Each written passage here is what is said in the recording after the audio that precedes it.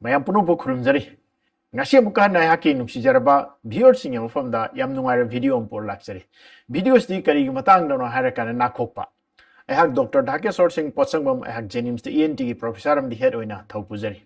mayam nasu khanbiram gani Nakhokpa si kanada yengadabno natra Nakhokpa si ihan hanbada ENT ki doctor sing di yengbigadabni haibasini aina mayam da ngasi ihanam thamjaning basi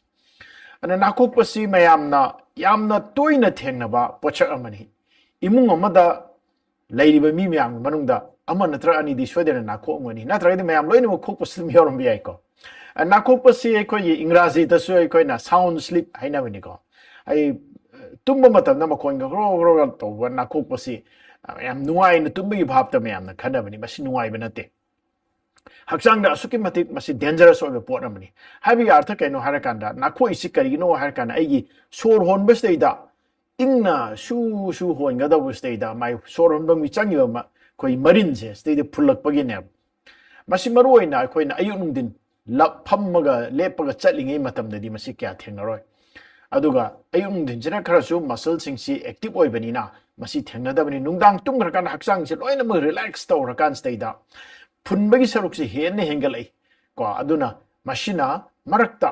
sor honbada makon thokpa khaktana tana pulakadorini asibo khoina OSA habidi obstructive sleep apnea ko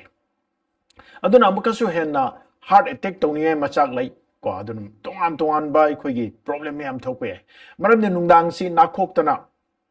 tumbase phajana mapung phadraba restful sleep oidraba yam nungaina tumba ngamdraba adu tarbudi ayum dinja dum tumningane angang misi ko ayum din sum tumningani ko aduna mangonda yam accident thongningai macha oi asigi sum mathakta BP wangba heart rate khoigi hengatpa ko asina singba mai heart ki problem mayam am lakpe ai aduna masi mayamna yam thuna yengthokpiyo haibasini asi amukasu sahi yam khalai ngoi hengalai masa noi mina mukasu hena tawi aduga yunung thakpa asina mukasu heningai macha amoire aduga masigi juma thakta mayamna long na tumbase asida mukasu hena masi thokal level aduga naton phungan ba naton manungi problem lai mio singa si mukasu hena masi tawgali haibise masi karmai toroga tholai ibano haibisima mathangda kari toroga de ko isana khara section thorang tawgadage habi matang sisu ai thamjage ihananda tumbagi position se masi akoin long hippa matam sta kamai da akoi lei si maningda tasan ge ba soan matung lomda aduna sai shoron ram paring si thingna bi macha am oire ko asina number 1 number 2 da yam noiba pen miyo sing se kamai toida de adigi ngaksam jo khra tien ba miyo sing asina amuka so na nakhong ninge macha am oire habisini noiba si mapana noi thoi ba si khaktana te khoi uri se manung da su hakchang gi leiri ba marin sing sta amu masi khare hena koigi ponthoga manungda punnabagi macha amasum oiri haijariba mathangda yunung thakpa aduga koi tumna nabagi hidak sing thakpa chaba mioi sing leidana ko moisna amukasu henna bera leire aduna masina henna problem je hengani gai macha oire mathangda anatomical defect haidi mioi na pokpa matam sa naton saru khoiba naton manungda polyp leiba asigisu mathakta koigi Ebola si yam sang ba Ebola ding ngau de iswai kumdharak pa pot si ko Ebola ko ko sondar ko matondo asina sing ba di naton dagina khanau yorok pai mai nungsit chatpam si da phun ba lei ba se tonsil chau thok pa adunoi chau thok pa sina sing ma ya mama oi bi akhre asigi su mathak ta khoi gi khadangi saru khoi jawbone se pik pa ko machin ga tum khoi sumai ne yam ya koi khadang yam tumjan ma kamu leidana si chu amukasu hena masi tawniai macha am oi asumai na tongan ba yam leikre asigi su matak ta sahi yam pakanda muscle tone je handar ko matam da su kharage hena thokal li haibisini adudi masi thokanda yam ka hena farak taraga di doctor da satpi ga doini ko maroina karam kana doctor da satka de ga hardi Nakhokpa de marak tu ka ka to sorga lepa imungi miosin urakana scanone gain toroga pakat pa si adumak toy masi koi obstructive sleep apnea koi asi waraga namuka su hena problem thu ningai wai adum matam de doctor soi nem gi satpi ga dawni isana to bi amna karino kodamoina yumna to bi ga daw ya ba isana to bi ga daw ya ba se Nakhokpa si nakhok han bi ga no chepa ga hitpa ya ra ga di chepa hipiu mon kitang wang kharan bi ko ani si phai maru oi maru ina mon si inchi mari deina taruk mu wang mo ra di phai tawdo matang stay da khoi ngaksam paring da na ba yorok pa yai aduna ngaksam na ba mio sing khoi cervical spondylosis spondylitis taw mio sing na si khara problem le re atu kanda khoi doctor ga tanar kan kramai taw de ga khan ga dang wathang da weight yam yam ba kangbu sing na khoi BMI na body mass index yeng biraga kariumba overweight oi ba na tran obesity oi mio sing yari ngi weight si lok thok pa darkar oi re hai bisine mathang da khoi gi yu nung thak pa se yari ngi topi ga do nakhokpa mi na yam kana nakho di madi yu thak pai thak sim to ko tare mathang da churberi thak pa to ka da bani ko asina maru oi na churberi thak matam da sor hon bagi paring je masti inflammation to ba pom thok ko to ko me yam ma to bi mathang na na ton gi manung dai khoi gi tongan ba khoi gi phulak pa me yam si lai maru oi na ton sor hon ba ga na ton sai da khoi gi san ba mi oi sing lai na ton je khoi gi rigid oi je da du kan na ton gi manung da clip ko ma ha po ko laga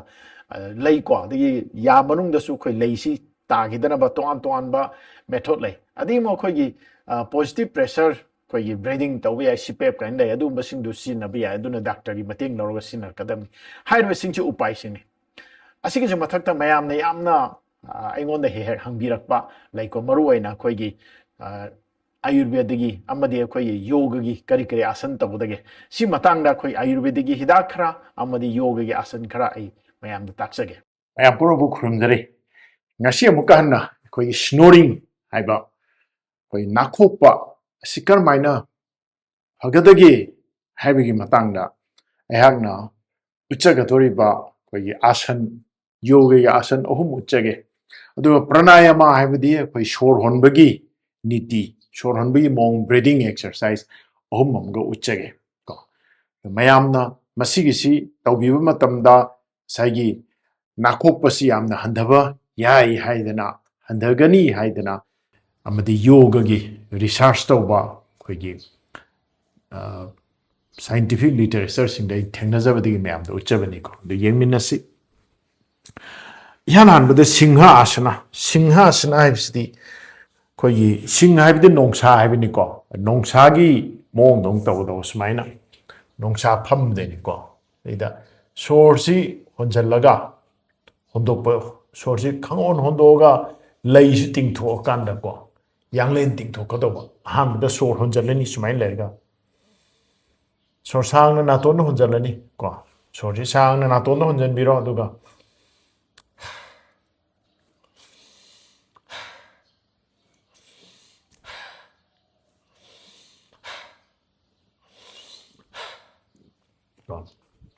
becorang mang no mucage ena phambiraga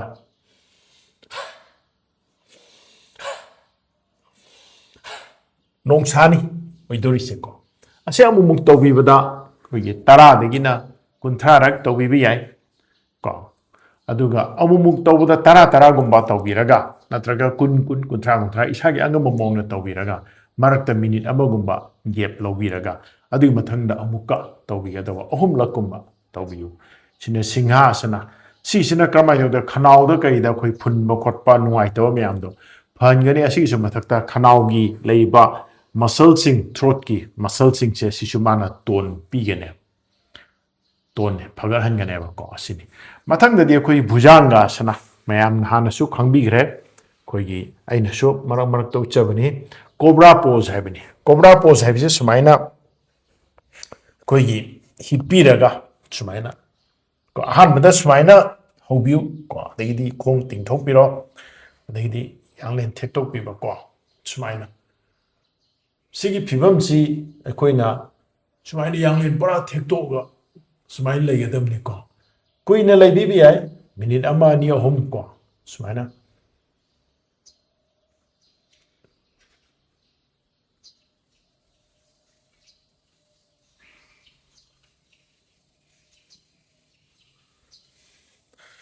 asina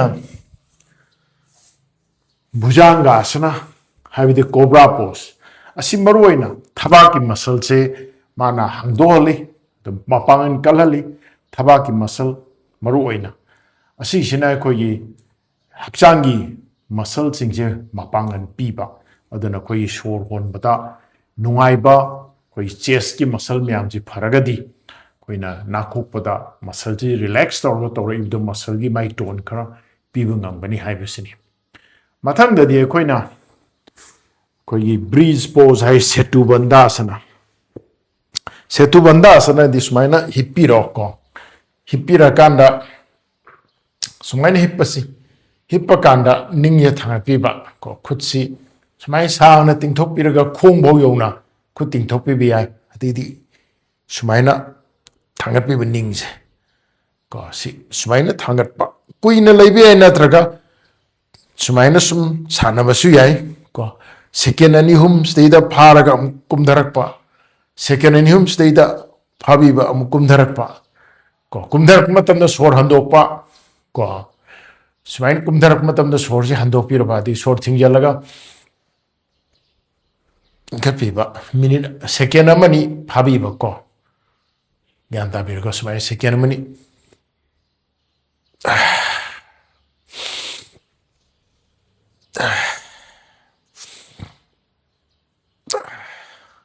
नत्रगा सुमाइन कुइना सांगना लैबसु याय को तो ख्वाइदि फबदी अइगी ओइनदी अइना exercise ओइना ओंथोकपा याय सुमाइना निंगजी थांगलगा कोई सोर थिंगा कान निंगजी थांगलगा second अनि हुमदंग फारगा थबियोदि सोर होंदोगा तपना थादबिबा तम तम तौबियो को असिना कोई ब्रीज पोज अदुना साइगी ब्रीज पोज हबदि थोंग साबा हाइतारे को असिनी अदुना अहानबदा नोंसागी पोज सिंहासना अनीसुबदा कोई भुजांग आसन द कोब्रा पोज अदि खारोगी पोज अहुमसुबदा सेतु बंदासना हाइबदि असाई ब्रीज पोज है थोंग साबा मथंगदा कोई ब्रेडिंग सिदि यामना कोई इराय लाइना होनबा ब्रेडिंग खरा तौसी उजैन ब्रेड हाइबा मलै उजैन ब्रेडिंग सिदि करमाइन तौगे हारकांदा सोरसी फजना ज्ञान तान इंगना फंबिरगा सोरसे नातोन द होनबा नातोन द सांग न होनजनबा अदगी ngahaktang lerga so sang न होंदोकपा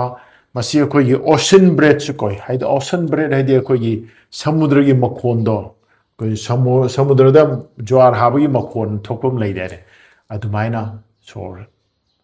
तौबदा बसमाइना तौसमाइना फंबिरको दगिदी सोर सांग न होंजन बिरबा नातोंदा अदुगा नातोंदा सोर सांग 100%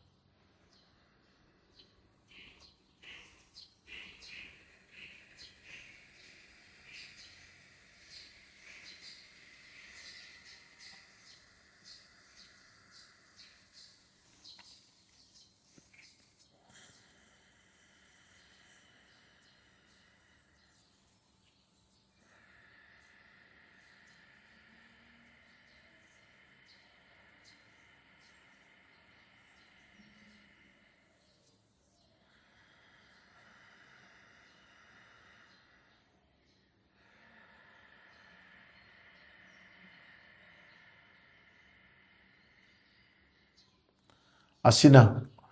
उजय ब्रेड कवी उजय ब्रेड सी मरोइना करमाइन तौगे हरकांदा उजय ब्रेड हाइरिसी उजय प्राणायाम हाइब तारे मसी समुद्रगी यार हाइबा लापना ताव इसिंग वावा तौदा दुमाइना मखोन नातोंदगी थोकदबनी नातोंदा सोरहनबा मथंगदा अखोई बी ब्रेडिंग हाइदि खोइगी दुमाइना ngang हाइबने सिसु नातोंदा ओंदोकदबनी तौदो माना मखोन अमा थोकदबनी को असिना करमाइन तौगे हारकांदा खुदसी को लाइबक्तसी थंबिरो मिट मपादसी थंबिरो सिन नातोन के नाकदा सिना सुमाइन तौबिरकांदा कोई सोर नातोंदा होनगदब को नातोंदा होनसे अदो नातोंदा होनजलगा मखोन थोगा थोपिरगा साना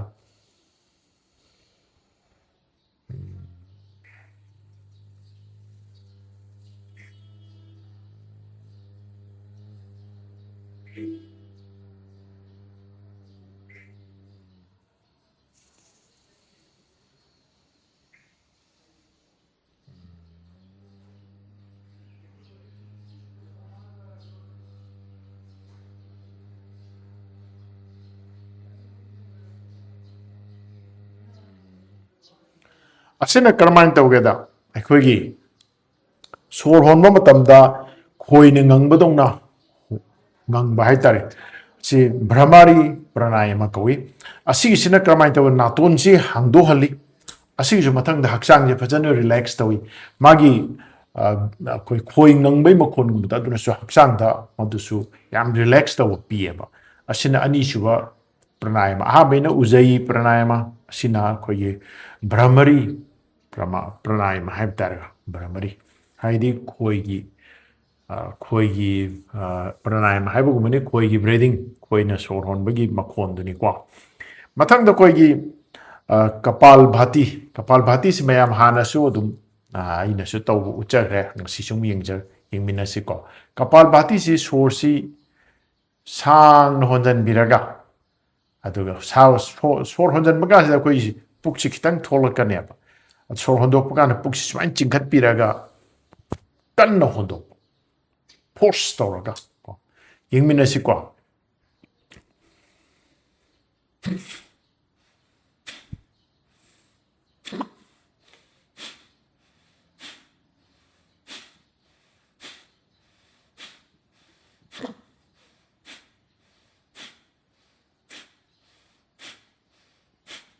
asina karmain tawgeda sorji honjalaga hondok pasti da puk si smain chingkhatlaga force aina hondok pa amuk tawda tara dagina kunthra rak tawbiu marakta ngahak minute makai ma minute ama lepiraga ahum la kum tawbiu asumain tawdana khoi gi pranayama ahum aduga asan ahum